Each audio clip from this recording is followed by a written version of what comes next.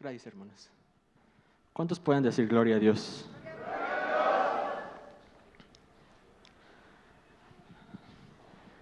En esta noche, hermanos, me tocó el privilegio de estar aquí en la casa de Dios para compartir un mensaje de la palabra.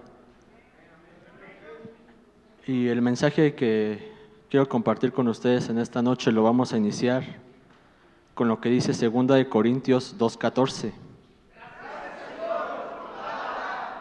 Y dice: pero gracias a Dios que en Cristo siempre nos lleva en triunfo, y que por medio de nosotros manifiesta en todo lugar la fragancia de su conocimiento. Porque fragante aroma de Cristo somos para Dios entre los que se salvan y entre los que se pierden.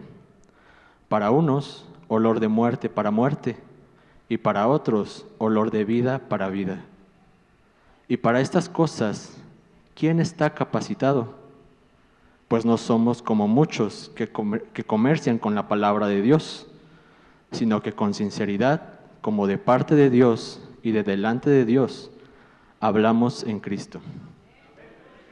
Si puede levantar su mano derecha, hermanos, y pedirle a Dios que nos hable en esta noche. Padre del cielo, en esta noche nos presentamos delante de tu presencia para suplicarte, para rogarte que seas tú en medio de nosotros, que sea tu Santo Espíritu moviéndose a través de tu siervo, que seas tú usando la vida de tu siervo, bendito Dios. Que tu precioso Espíritu Santo sea ministrando los corazones y que puedan ser receptores de tu palabra, bendito Padre. Gracias te damos, Señor Jesús. Amén y amén. Tomen su asiento, hermanos.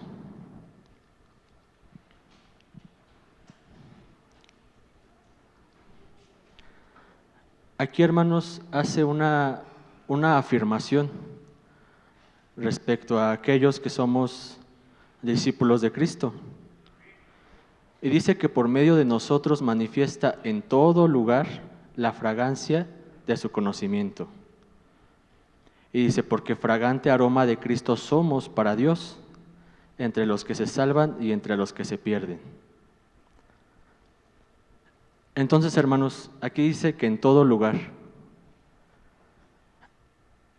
Y si nos cuestionamos, si nos analizamos a nosotros mismos, realmente ese aroma de Cristo se proyecta hacia el exterior en todo lugar a donde vamos. O nada más cuando venimos aquí a la casa de Dios, me pongo un disfraz de cristiano y en determinado entorno me comporto de cierta manera como creo que me perciben los demás, pero saliendo de aquí tomo otra identidad. ¿Qué es verdadero, hermanos? ¿Realmente se manifiesta esa fragancia de Cristo? El vocabulario, la forma de conducirse, ¿es la misma aquí que allá afuera, hermanos? Y entonces, para que podamos entender esto, hermanos, me gustaría retomar un concepto, que es la personalidad. Y la personalidad dice que es un conjunto de características o patrones que definen a una persona, es decir, sentimientos, pensamientos, actitudes y conducta de cada individuo, que nos hacen ser diferentes de los demás. Este término proviene del término persona, denominación que se utilizaba en el latín clásico para la máscara que portaban los actores de teatro en la antigüedad. Entonces vemos como una máscara, hermanos, no es más que una apariencia, ¿cierto? Y a veces, hermanos, a veces pensamos que lo que hay dentro, en el ser, llegamos a creer que no se proyecta hacia el exterior. Llegamos a creer que basta con que me ponga una máscara para hacerle creer algo a la persona que tengo enfrente. Y pensamos que los pensamientos, que los sentimientos, que lo que hay en el ser interno llegamos a creer que no se ve o que no se proyecta hacia el exterior. Y a manera de ejemplificar esto, vamos a tomar por ejemplo el Sol. El Sol sabemos que está pues, a millones de kilómetros de distancia, ¿no? ¿Usted lo puede tocar? Ahora, ¿usted lo puede sentir? Y esos rayos del Sol, ¿cuál es el efecto que tienen en usted? ¿O cuál es el efecto que tienen en la Tierra? Vemos que producen vida.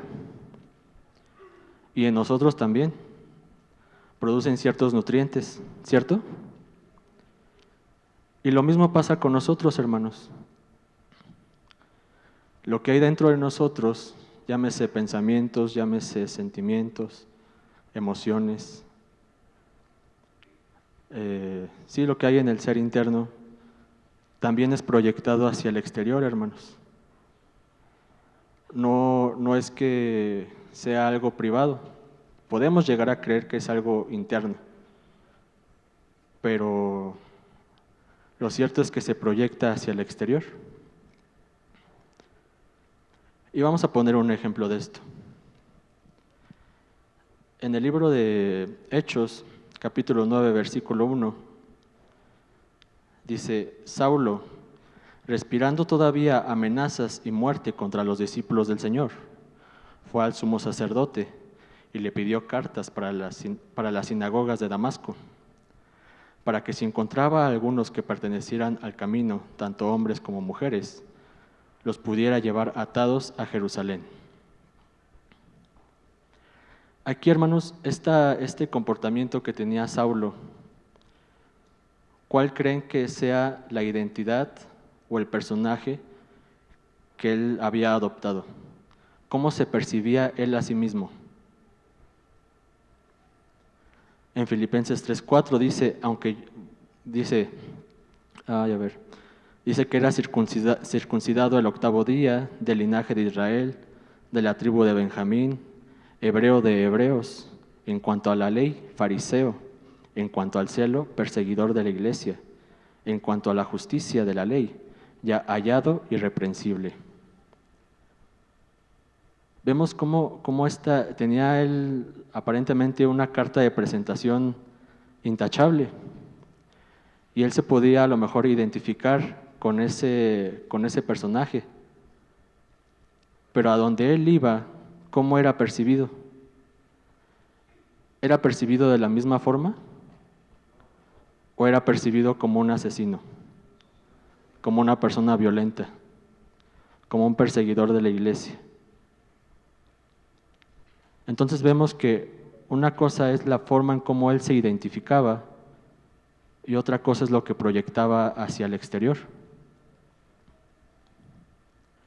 Eso es un ejemplo negativo. Eso es solamente para que quede claro que lo que hay dentro de cada uno de nosotros se proyecta hacia el exterior. Ahora vamos con un ejemplo, vamos a decir, positivo. En Mateo capítulo 8, versículo 5, dice, y cuando entró Jesús en Capernaum, se le acercó un centurión suplicándole y diciendo, Señor, mi criado está postrado en casa, paralítico, sufriendo mucho. Y Jesús le dijo, yo iré y lo sanaré.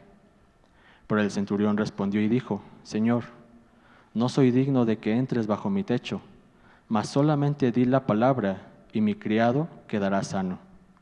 Porque yo también soy hombre bajo autoridad, con soldados a mis órdenes, y digo a este ve y va, y al otro ven y viene, y a mi siervo haz esto y lo hace. Al oírlo Jesús se maravilló y dijo a los que le seguían, en verdad os digo que en Israel no he hallado en nadie una fe tan grande. Y aquí nos preguntamos, hermanos, ¿Jesús tuvo necesidad de ir a la casa del centurión? ¿Hubo necesidad de que Jesús lo tocara o que le untase algún ungüento? ¿Qué fue lo que proyectó Jesús hacia esa persona que estaba paralítica? vemos que emitió una palabra y de esa palabra, digamos que fue proyectada sanidad hacia esa persona, ¿cierto? ¿Por qué? Porque era lo que había, digamos que de lo que trae uno dentro es lo que proyecta hacia el exterior. Entonces ahorita está claro que lo que hay dentro de cada uno de nosotros es proyectado hacia el exterior, ¿verdad? Ok. Entonces aquí, hermanos, les puse una gráfica en donde han habido estudios en donde se ha llegado a estudiar la frecuencia en la que nos encontramos cuando estamos en determinados estados emocionales, por así decirlo. Anteriormente, en otra ocasión que me tocó compartir, decíamos que la unión del intelecto con la emoción, cuando se unen los dos, da un resultado, que son nuestras acciones. Y en un aspecto superior, digamos que cuando se une la sabiduría y el amor, también dan un resultado, dan un fruto. Entonces aquí, hermanos, vemos en esta gráfica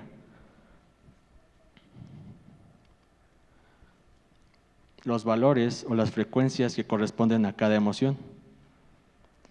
Y vamos a poner un ejemplo de esto. Ya ahorita vamos a iniciar con pasajes para que esto quede claro.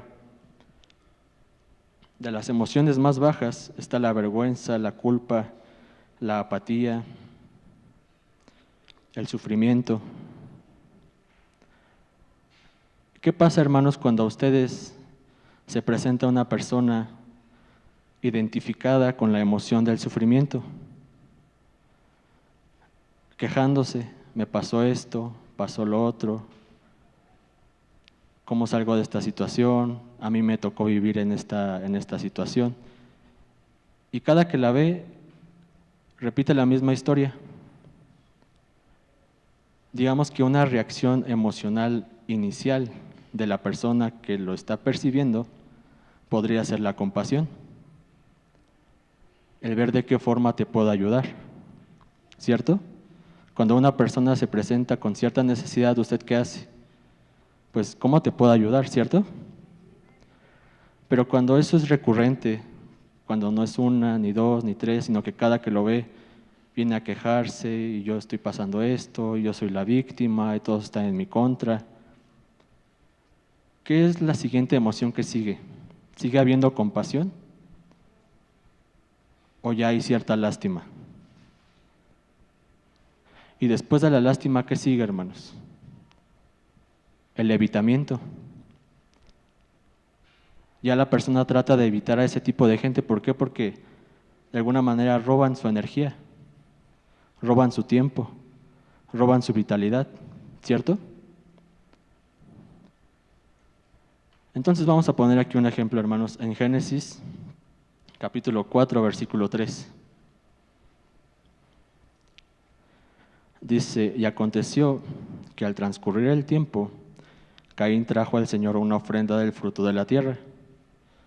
También Abel por su parte trajo de los primogénitos de sus ovejas y de la grosura de los mismos. Y el Señor miró con agrado a Abel y a su ofrenda, pero a Caín y su ofrenda no miró con agrado. Y Caín se enojó mucho y su semblante se demudó. Entonces el Señor dijo a Caín, ¿por qué estás enojado? ¿Y por qué se ha demudado tu semblante? Si haces bien, ¿no serás aceptado? Y si no haces bien, el pecado yace a la puerta y te codicia, pero tú debes dominarlo. Y Caín dijo a su hermano Abel, vayamos al campo.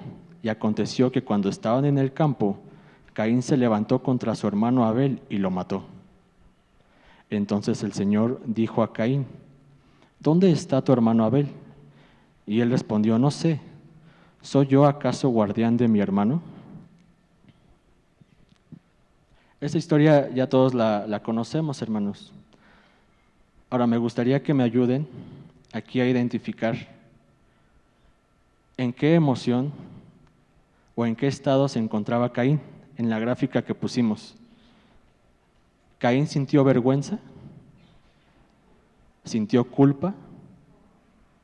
¿Sintió apatía? ¿Sufrió? ¿Qué fue lo que sintió, hermanos, dentro de esa gráfica?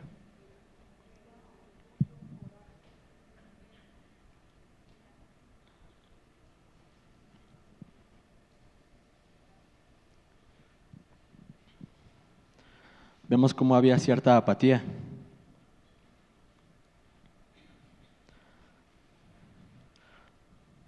¿Por qué apatía, hermanos?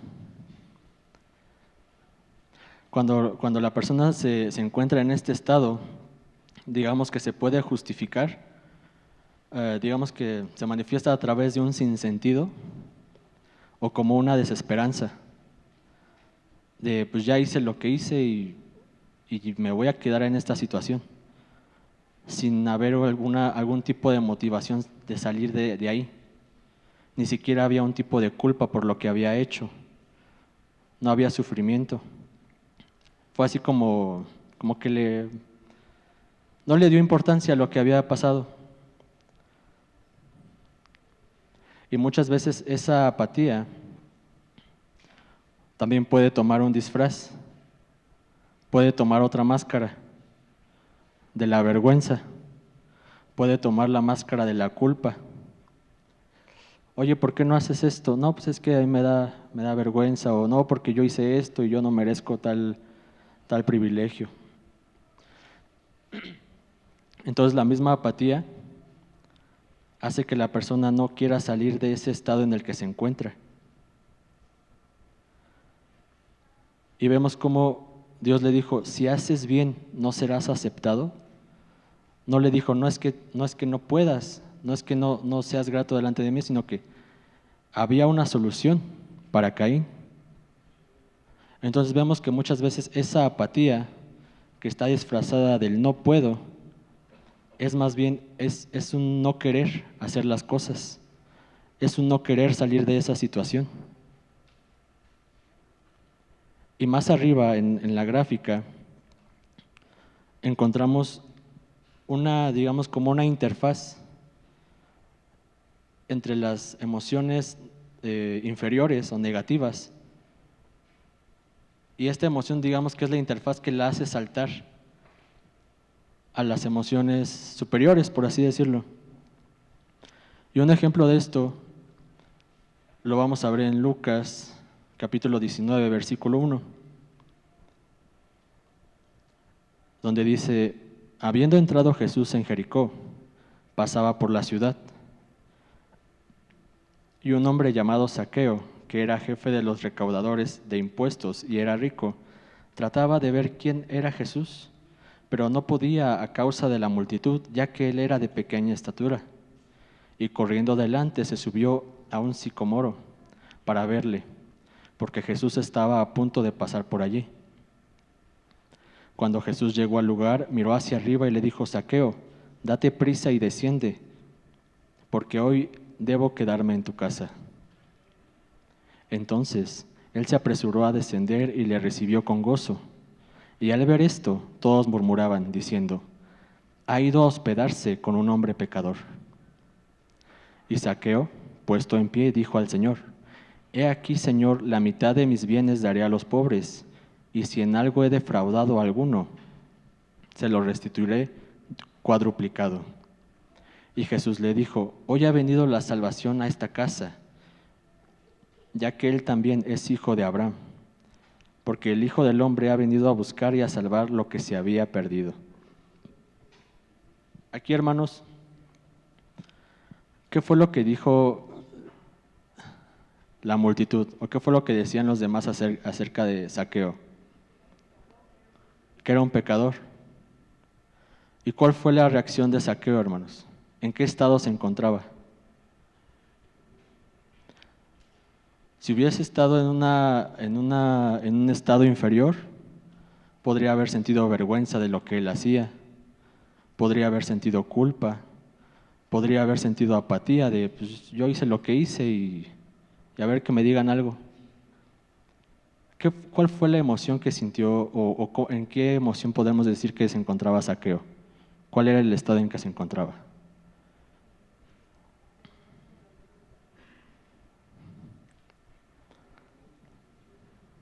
Vemos que esa interfaz que les comentaba que hace saltar de los estados inferiores a los superiores es el coraje.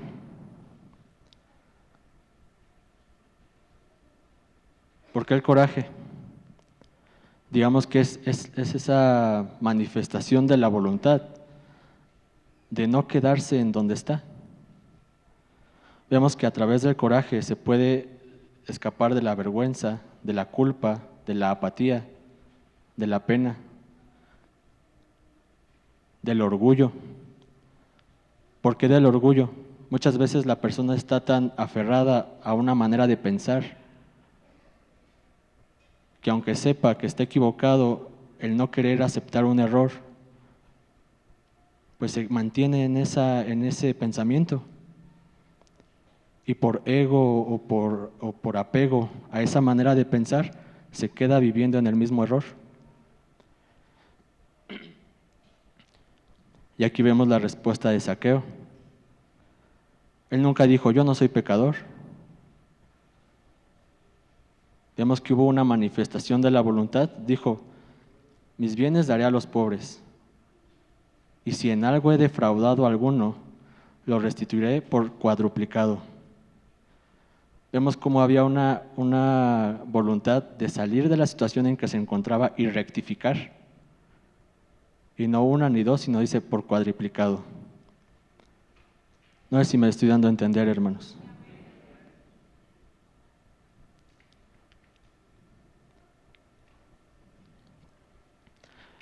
Entonces, hermanos, eso es digamos que la interfaz, ¿no? Que hace salir del pozo donde se encuentra la persona en estados negativos y que se identifica con esos estados, de que todo el tiempo se hace la víctima, que todo el tiempo, pues como no tengo el control de las cosas, pues me pasa lo que me pasa y no puedo hacer nada al respecto, ¿no? Como que no se responsabiliza de lo que le acontece. Y ya en un nivel un poco superior, hermanos, encontramos algo que es la aceptación. Y vamos a verlo con un ejemplo. En Hechos, capítulo 14, versículo 19. Dice, pero vinieron algunos judíos de Antioquía y de Iconio, y habiendo persuadido a la multitud, apedrearon a Pablo y lo arrestaron fuera de la ciudad, pensando que estaba muerto. Pero mientras los discípulos lo rodeaban, él se levantó y entró en la ciudad, y al día siguiente partió con Bernabé a Derbe. Y después de anunciar el evangelio a aquella ciudad y de hacer muchos discípulos, volvieron a Listra y a Iconio y a Antioquía, fortaleciendo los ánimos de los discípulos, exhortándolos a que perseveraran en la fe y diciendo, es necesario que a través de muchas tribulaciones entremos en el reino de Dios. Aquí, hermanos, ¿cómo hubiese reaccionado usted si lo hubiesen apedreado? ¿Cuál hubiese sido el estado en que nos hubiéramos puesto, a lo mejor hasta con Dios? ¿Por qué permites esto? ¿Por qué a mí si yo te estoy sirviendo? ¿Y cuál fue la respuesta de Pablo? Hubo una aceptación. Y más arriba de la aceptación está el amor. Pero no el amor meramente, como muchos lo identifican como meramente un amor romántico, sino también puede ser el amor a su propósito, el amor al proyecto que Dios le dio, el amor también como una virtud, el amor como el respeto a las personas que tiene al lado, el amor también como lealtad. Y vemos cómo, hermanos, Pablo manifestó esa aceptación.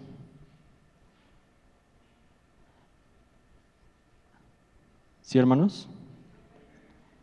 También en Filipenses 1:18 llegó a decir como que, dice, no sé si irme o no sé si quedarme con vosotros. O sea, había como esa neutralidad de si Dios quiere que me vaya con Él, decía, para mí el morir es Cristo y el vivir es Cristo y el morir es ganancia. ¿Sí, hermanos? Otro ejemplo de la aceptación y el amor lo vemos en nuestro Señor Jesús. En Mateo 26:36 dice, entonces Jesús llegó con ellos a un lugar que se llama Getsemaní y dijo a sus discípulos, sentaos aquí mientras yo voy allá y oro. Y tomando consigo a Pedro y a los dos hijos de Zebedeo, comenzó a entristecerse y a angustiarse. Entonces les dijo, mi alma está muy afligida hasta el punto de la muerte.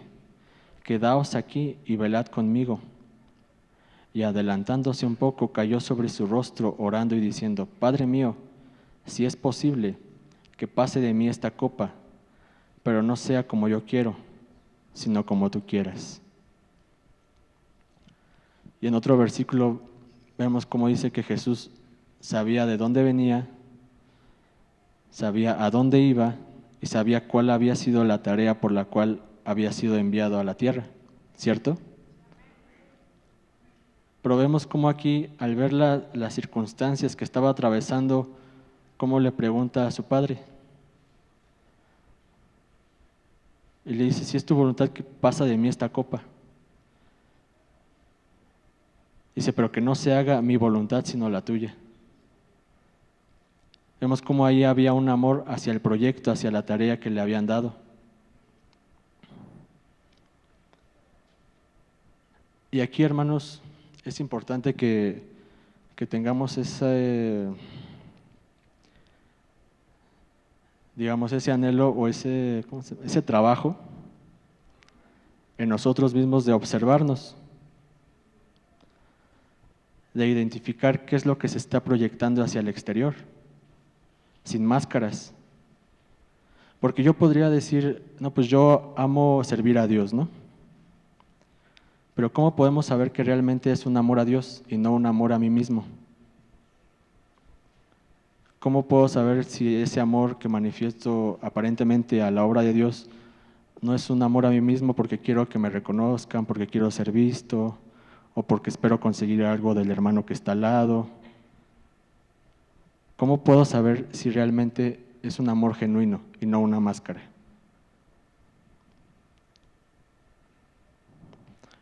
¿Se han preguntado eso, hermanos? ¿Y cómo lo han resuelto? En 1 Corintios 13:4 podemos ver un filtro, que podemos identificar si ese amor que se manifiesta o esas emociones que se manifiestan aparentemente, si son genuinas. Y dice que el amor es paciente, es bondadoso, el amor no tiene envidia, el amor no es jactancioso, no es arrogante, no se porta indecorosamente, no busca lo suyo, no se irrita, no toma en cuenta el mal recibido, no se regocija de la injusticia, sino que se alegra con la verdad. Todo lo sufre, todo lo cree, todo lo espera, todo lo soporta. El amor nunca deja de ser. Cuando dice el amor nunca deja de ser, o sea, mientras tú hagas lo que a mí me gusta que hagas, te voy a amar. Si dejas de comportarte como me gusta que te comportes, pues ya se acabó el amor. O si yo no obtengo de ti lo que quiero, se acabó el amor. Entonces muchas veces cuando decimos que amamos algo o alguien, o un servicio, un trabajo, digamos que hay que pasarlo por este filtro. Y de no ser así, hay que identificar qué máscaras hay detrás. Puede ser el orgullo, puede ser la ira, la competencia, Porque detrás de cada una de estas emociones, digamos que hay un origen o hay otras máscaras detrás. Y el mejor ejemplo que tenemos es nuestro Señor Jesús. Y aquí en 1 Corintios 13 podemos usar este filtro. Dice que el amor no busca lo suyo. Ahorita que mencionábamos lo del coraje, en las emociones que están debajo del coraje, si nos damos cuenta, todas buscan lo suyo. Todas buscan a ver quién me puede ayudar, a ver quién me puede echar la mano, culpar a alguien haciéndose la víctima. Debajo del coraje todas van hacia obtener, retener, sustraer, no solamente recursos, sino también tiempo, energía, vitalidad de las personas que le rodean. Y arriba del coraje cambia la situación. Vemos cuál fue la respuesta de Zaqueo. Ya no fue hacia acá, sino ya fue, restituiré, en el caso de que yo haya defraudado. ¿Sí, hermanos? Y en Romanos 8:5, hermanos, dice, porque los que viven conforme a la carne ponen la mente en las cosas de la carne, pero los que viven conforme al Espíritu, en las cosas del Espíritu. Porque la mente puesta en la carne es muerte, pero la mente puesta en el Espíritu es vida y paz. Ya que la mente puesta en la carne es enemiga de Dios, porque no se sujeta a la ley de Dios, pues ni siquiera puede hacerlo. Y los que están en la carne no pueden agradar a Dios. Sin embargo, vosotros no estáis en la carne, sino en el Espíritu, si en verdad el Espíritu de Dios habita en vosotros. Pero si alguno no tiene el Espíritu de Cristo, el tal no es de él. Y si Cristo está en vosotros, aunque el cuerpo esté muerto a causa del pecado, sin embargo, el Espíritu está vivo a causa de la justicia. Pero si el Espíritu de aquel que resucitó a Jesús de entre los muertos habita en vosotros, el mismo que resucitó a Cristo Jesús de entre los muertos, también dará vida a vuestros cuerpos mortales por medio de su Espíritu que habita en vosotros. Entonces aquí, hermanos, es, de nuevo, que aprendamos a observarnos a nosotros mismos. Y imaginar o tomar en cuenta, hermanos, que la persona que está enfrente puede percibir lo que hay dentro de nosotros. ¿Qué pasa, hermanos, cuando hay una mesa en la que estaban discutiendo y usted llega y se sienta y todos ponen cara así como que sonrientes y de aquí no pasó nada? ¿Usted percibe el ambiente en el que se encontraba esa mesa? ¿Sí o no? ¿Y qué pasa, hermanos, cuando a veces usted llega cansado del trabajo, llega fatigado y entra aquí a la casa de Dios? ¿Usted recibe fuerzas? Sí, ¿verdad? Entonces vemos cómo muchas veces somos influenciados por el entorno y que no solamente nosotros proyectamos hacia afuera, sino que también nuestro entorno está influenciando en nosotros. Si yo me junto con puras personas que tienen ciertas tendencias, ¿cuál creen que sea mi comportamiento? Y entonces yo vengo aquí, me pongo el disfraz y como entro aquí a un entorno distinto, me comporto como creen que soy. Pero saliendo a otro entorno, tomo el otro disfraz. O sea, no hay una coherencia entre quién es la persona, sino que se la pasa oscilando entre distintas identidades, ¿cierto?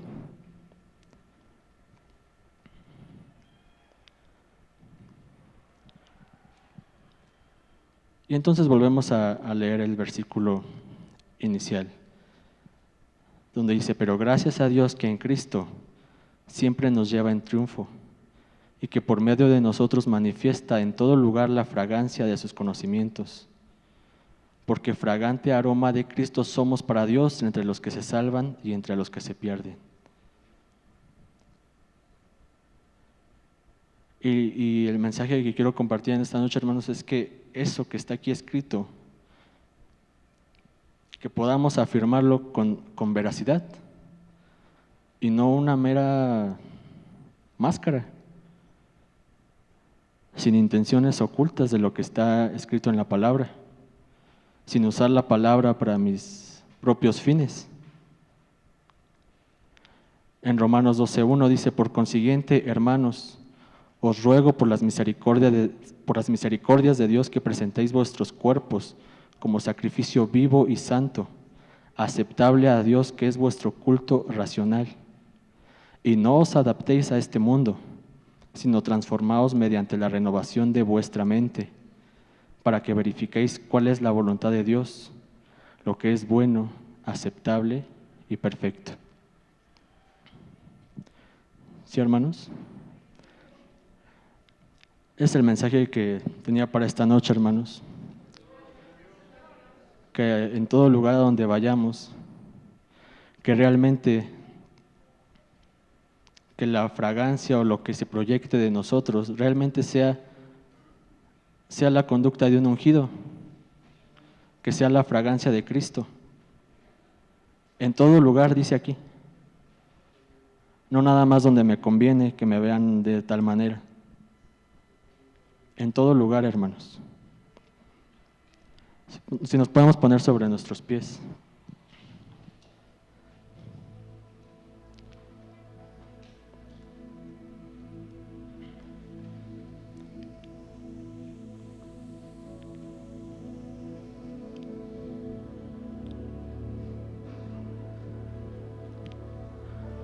Podemos pedirle a Dios que sea Él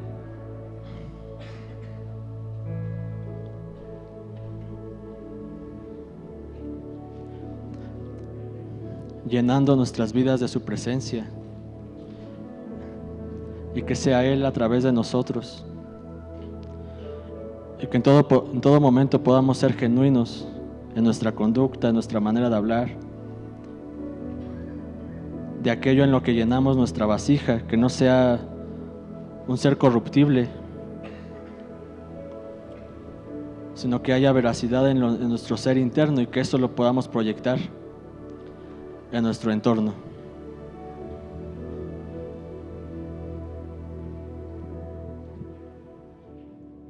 Muchas gracias, te damos.